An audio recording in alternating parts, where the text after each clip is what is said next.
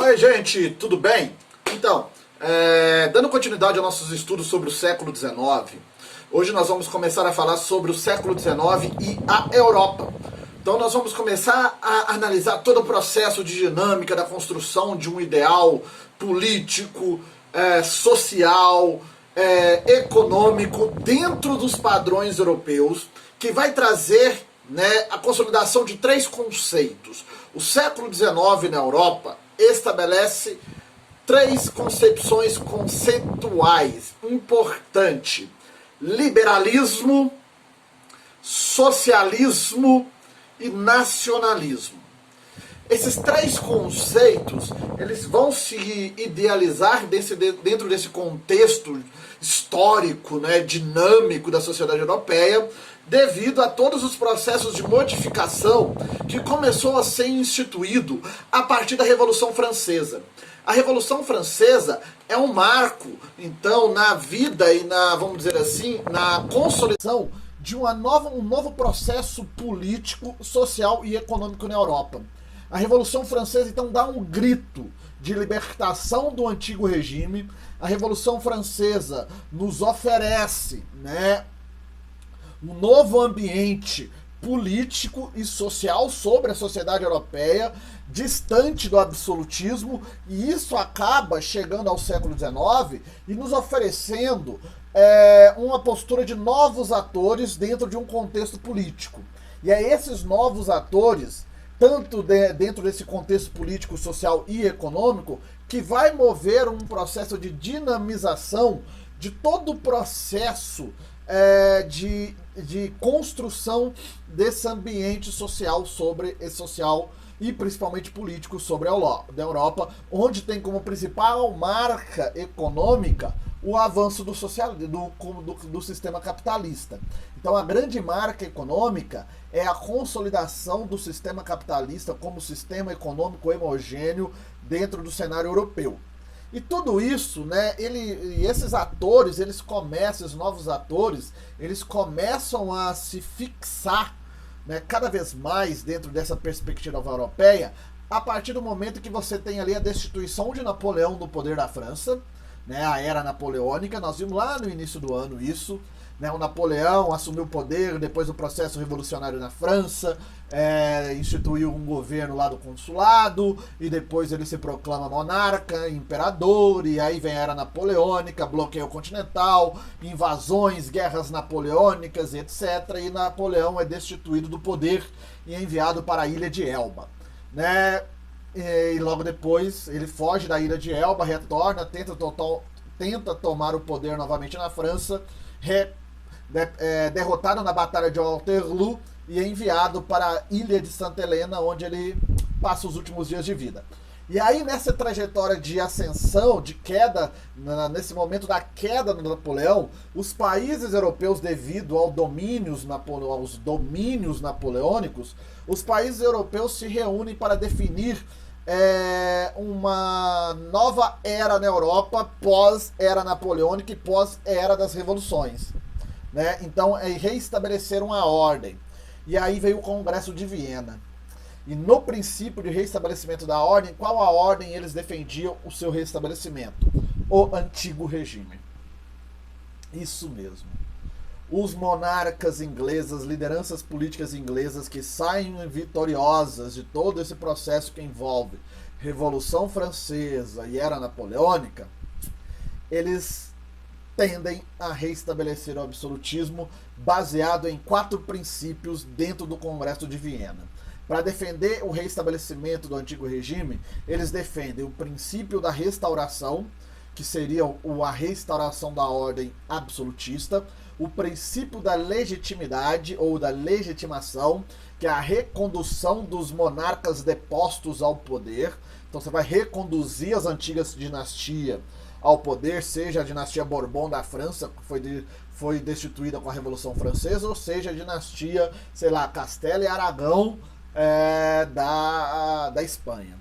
Princípio das compensações, criar mecanismo para estabelecer reparações às chamadas potências europeias que combateram o Napoleão Bonaparte. Então nós vamos reparar essas potências financeiramente, e o princípio do equilíbrio de poder, ou seja, criar uma equivalência de forças entre aqueles países que vão se posicionar como países potência, ou seja, manter eles dentro da mesma bolha de poder. Entendido? Então ali eles vão ter um equilíbrio de poder. Nenhum vai ter um poder maior que o outro. Eles vão estar dentro de um equilíbrio. E para garantir esse equilíbrio e essa manutenção da ordem absolutista, as ditas potências absolutistas vão firmar um acordo e formar uma aliança militar que nós vamos chamar de a Santa Aliança.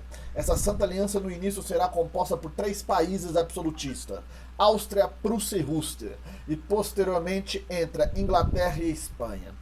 Essa Santa Aliança, ela vai se posicionar contrário aos movimentos liberais da América que estavam lutando pelo processo de independência, né, os movimentos de independência da América Espanhola, principalmente, que eram movidos ali pela doutrina Monroe dos Estados Unidos, a América para os americanos. Os europeus não queriam que a América fosse para os americanos.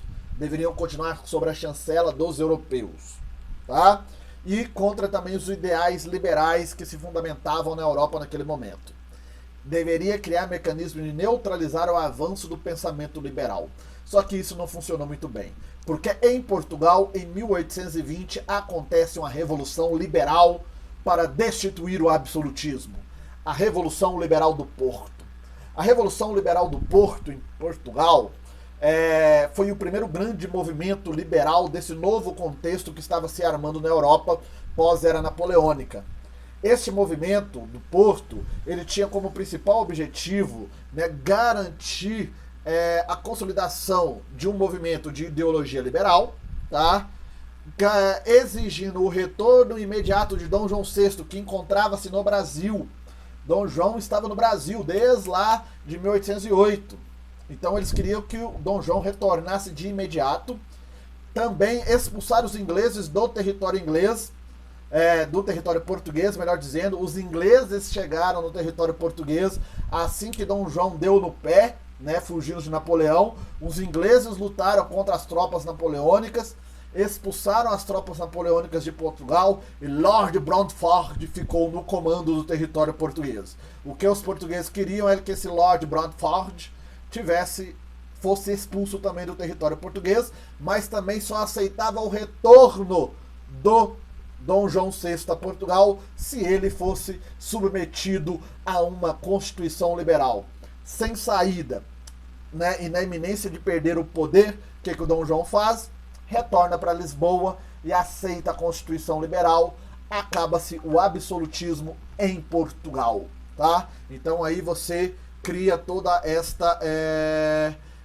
esse cenário aí de movimentações. E a partir daí, o que se tem é a consolidação, a partir da Revolução do Porto, o que nós vamos perceber é a consolidação daquilo que nós vamos chamar de o liberal burguês.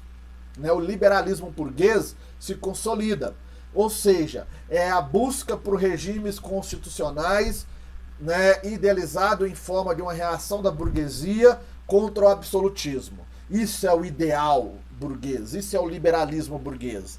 Buscar reagir contra o absolutismo, garantindo, né, a implementação de regimes constitucionais. E isso vai acontecer mesmo mais no cenário francês, né? Porque depois do Congresso de Viena, há o restabelecimento da ordem monárquica na França, sobre o princípio da legitimação. Volta ao poder a dinastia de Bourbon, né, com o rei Luís XVIII, né? Este Luís XVIII, ele vai governar a França dentro dos limites da Constituição liberal, só que o Luís XVIII veio a falecer e quem assume no lugar do Luís XVIII é o Carlos X, e aí o Carlos X me busca restaurar o absolutismo. E onde que o Carlos X vai me mostrar toda a sua gana para reinstaurar esse pensamento absolutista na França? Nas eleições da Assembleia da França. Há um processo eleitoral na França que acaba elegendo um número maior de liberais. O Carlos X não aceita e decreta o fechamento desse parlamento.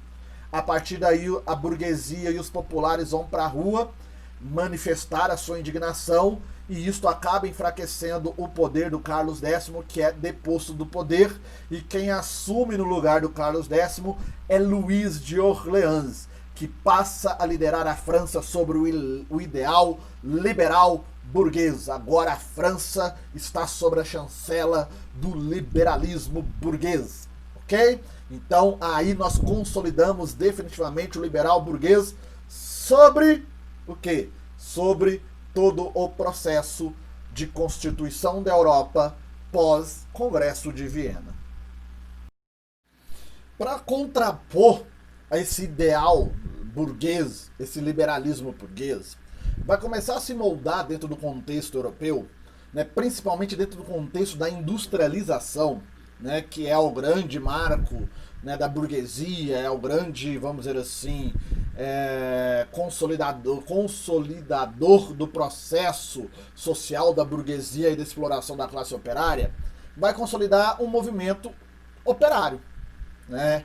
E dentro desse movimento operário, o que nós vamos ver emergir para fazer contraponto a esse ideal burguês que estava se consolidando sobre o liberalismo da burguesia europeia? Nós vamos começar a ver a emergência de movimentos e de ideologias operárias. Então nós vamos ver que os operários, se vendo num cenário de exploração, eles dão a volta para tentar sair desse cenário totalmente adverso e criar uma situação que os beneficiasse, que trouxesse benefícios a eles. Então, a partir daí começa aí os movimentos operários. Num primeiro momento, lá no final do século XVIII para o início do século XIX, esses movimentos operários eram extremamente radicais, né? É daí que nós temos, por exemplo, o famoso ludismo, né? O ludismo, então, foi o movimento operário, o grande primeiro movimento operário da Inglaterra, principalmente, né? Nós estamos falando em um cenário de industrialização, nós estamos falando em um cenário inglês, especificamente, tá? Esse ludismo então surge sob a liderança de um cara chamado Ned Ludd, tá? E esse cara, ele passa a defender que a opressão à classe operária só seria alcançada quando os meios de produção da burguesia fossem destruídos. E qual era o meio de produção da burguesia? As fábricas. E essas fábricas eram movidas por quê? Por máquinas. Então o movimento do ludismo ficou conhecido como os quebradores de máquinas, porque eles invadiam fábricas para quebrar as máquinas e parar a produção da burguesia e assim ficarem livres da exploração que a burguesia os impunha. Deu muito certo isso? Não, eles foram extremamente perseguidos, eles foram totalmente degradados politicamente dentro desse cenário. E aí veio depois o cartismo, que se organiza enquanto movimento operário de caráter político dialógico. Busca conquistas para a classe operária através do diálogo político, através das propostas políticas. Não tem ali mais aquela radicalização de quebrar máquinas. Não, vamos levar nossas proposições, vamos levar nossas reivindicações, vamos criar as Unions Trends, que seriam ali associações muito parecidas com sindicatos que nós temos hoje. Então nós vamos criar isso e tentar buscar conquista, reivindicar a redução da jornada de trabalho, fim do trabalho infantil, regularização do trabalho feminino, descanso semanal. Então vamos reivindicar essas coisas mediante aonde? A política. Deu certo? Deu alguns resultados, mas ainda não foi resultados esperados. E é em cima desse cenário, então, que a classe operária começa a perceber uma coisa. Se a burguesia tem a sua ideologia, que é a ideologia liberal, nós operários também devemos ter a nossa própria ideologia. E daí, então, começa a se moldar aquilo que nós vamos chamar de doutrinas operárias ou ideologias operárias. E quando falamos em ideologias operárias, aí entra aí o segundo grande conceito do século XIX, porque nós já falamos um desses conceitos, que foi o liberalismo. O segundo conceito instituído dentro desse cenário complexo que há por detrás do século XIX é o socialismo. O socialismo, então, vem para ser uma corrente de pensamento direcionada aos anseios da classe operária. Só que no início, esse socialismo de operário não tinha nada, Por quê? Porque esse socialismo foi baseado no princípio do romantismo, né? Aquele movimento literário que a professora de literatura deve ter falado muito com vocês aí já. E este movimento, que se baseia, o socialismo que se baseia nessa essência do romantismo, ele vai muito na linha utópica, porque ele busca, ele é forjado pelos próprios burgueses, ou seja, o socialismo utópico. Esse socialismo utópico, então, é um pensamento burguês, criado para ser um pensamento burguês paralelo ao liberalismo, com os denominados patrões esclarecidos, que passam a defender uma concepção de voluntarismo ali, assistencialismo em relação à classe trabalhadora, mas que de mudança de postura social não tem nada. Apenas ali uma melhoria de vida. Tá? E aí nós destacamos alguns pensadores dentro desse bojo de socialistas utópicos. Saint-Simon, né, que vai defender que o capitalismo deverá ser moldado sobre responsabilidade social, que o capitalismo não pode explorar, não pode degradar a qualificação social de ninguém e deve garantir direitos básicos a todos. Isso é o Saint-Simon.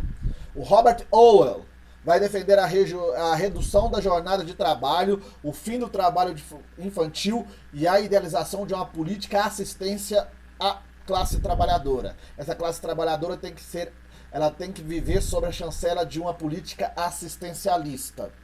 Louis Blanc também vai defender, é outro pensador, é utópico francês, no caso, tá? Ele vai defender a criação de oficinas nacionais e cooperativas operárias sobre a chancela do Estado capitalista. Então o Estado capitalista vai ali criar uma cooperativa, pôr um monte de operário para trabalhar naquela cooperativa, para no fim o Estado capitalista lucrar.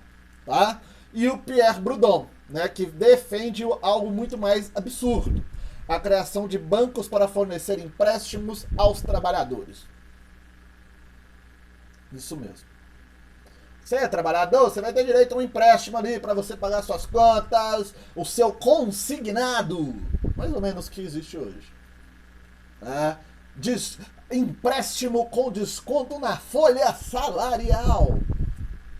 É mais ou menos isso que o Pierre Proudhon defendia. Ou seja, mudança da estrutura social? Nenhuma. A classe operária ainda ficava sob a opressão de quem? Da classe burguesa. E é aí que surge o socialismo científico para defender a mudança de todo esse cenário.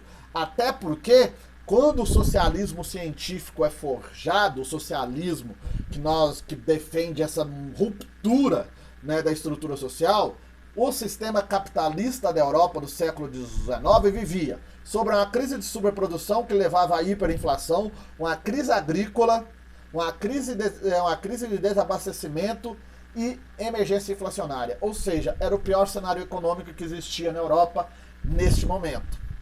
E isso afetava diretamente a quem? A classe trabalhadora. E é sobre esse cenário catastrófico para a classe trabalhadora que surgem dois pensadores: Karl Marx e Friedrich Engels. Esses dois camaradas vão fundar aquilo que nós vamos chamar de socialismo científico. E eles vão fundamentar a ideia do socialismo científico em um livro. Na verdade, nem é um livro, é um folheto chamado Manifesto Comunista, publicado em 1848. Tá? E o que esse Manifesto Comunista defende? Defende a união da classe trabalhadora. Proletariado do mundo, univos.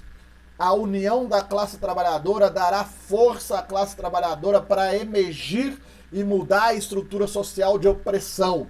É o oprimido se colocando contra o opressor. Só que esses oprimidos só poderão conseguir se posicionar contra o opressor quando eles estiverem unidos. E unidos eles fariam a revolução e estabeleceria o fim da ordem capitalista e o estabelecimento de uma sociedade mais igualitária. Revolução. Tá? Então eles defendem a perspectiva da revolução. Para Marx e Engels, após a revolução, esse Estado capitalista, ele vai se tornar um Estado socialista. E esse Estado socialista vai servir de etapa intermediária para a transição da sociedade capitalista para a sociedade comunista. Então sempre vem aquela pergunta: qual a diferença entre socialismo e comunismo? O socialismo é a etapa intermediária do comunismo. O socialismo seria a ideologia. O comunismo é a estrutura. A estrutura de funcionamento. E aí, sobre essa sociedade comunista, o que nós teríamos? Nós teríamos a propriedade privada? Não. Defende a exclusão da propriedade privada, consolidando um processo de coletivização dos meios de produção. E é através da coletivização dos meios de produção que vai se alcançar a eliminação das desigualdades sociais. Proletariado do mundo, univos, já dizia Karl Marx e Friedrich Engels. Mas o socialismo científico de Karl Marx e Friedrich Engels também não serão aceitos por alguns pensadores socialistas. E esses pensadores socialistas, eles veem que vão fazer uma crítica na ideia de manutenção da estrutura de um Estado. Isto mesmo. Alguns socialistas, que na verdade não, eles foram expulsos, né, do socialismo ali na primeira internacional comunista e tal, essa galera fica meio que de ranço com os comunistas. E eles se passam a auto-intitularem anarquistas. E passam a defender o ideal do anarquismo. Essa ideologia anarquista ela foi fundamentada por dois pensadores. Um que era até um socialista utópico no início, que é Pierre Proudhon. E o outro é Mikhail Bakunin. Esses dois caras então vão propor uma radicalização do pensamento socialista. Tá? Eles vão criticar qualquer forma de autoridade, seja padre, clérigo, seja autoridade política, seja autoridade judiciária, qualquer tipo de autoridade para eles não possui valor dentro de uma sociedade, porque essas autoridades se movem em torno de interesses de próprios poderes e nunca dos poderes dos povos. E aí, como eles não defendem, eles criticam e eles querem eliminar todas as formas de autoridades, eles passam a defender o quê? A supressão dos estados e dos governos. Simples. Supressão dos estados, fim do estado, fim dos governos. Porque para eles, o elemento mais importante dentro da estrutura humana é o exercício pleno da liberdade. E nenhuma autoridade pode eliminar a sua liberdade. Daí eles defendem toda essa concepção de fim de estrutura governamental, fim de governo, fim de estados, tá? Inclusive o fim da propriedade privada. E tudo passaria a ser movido porque eles chamam de autogestão dos meios de produção. E esta autogestão dos meios de produção seria conduzido por todos. Isto é o anarquismo. Então o anarquismo é uma radicalização do pensamento socialista, idealizada por pensadores que foram expulsos da primeira internacional comunista, com o intuito de estabelecer uma autogestão dos meios de produção. Beleza? Então, fechamos por aqui, tá? Até a próxima aula, quando daremos continuidade a esses estudos falando sobre o terceiro conceito desse cenário, que é o conceito de nacionalismo. Vamos falar sobre o nacionalismo europeu do século XIX. Então, na aula de hoje, falamos sobre o conceito de liberalismo, que é o liberalismo burguês, e o conceito de socialismo. E falamos dos dois socialismos, né? O socialismo científico, o socialismo utópico, a raiz radical do socialismo, o anarquismo, e tem ainda o catolicismo social, que é a posição contrária da igreja contra a opressão capitalista, defendendo um assistencialismo. Beleza? Fechamos aqui. Até a próxima aula.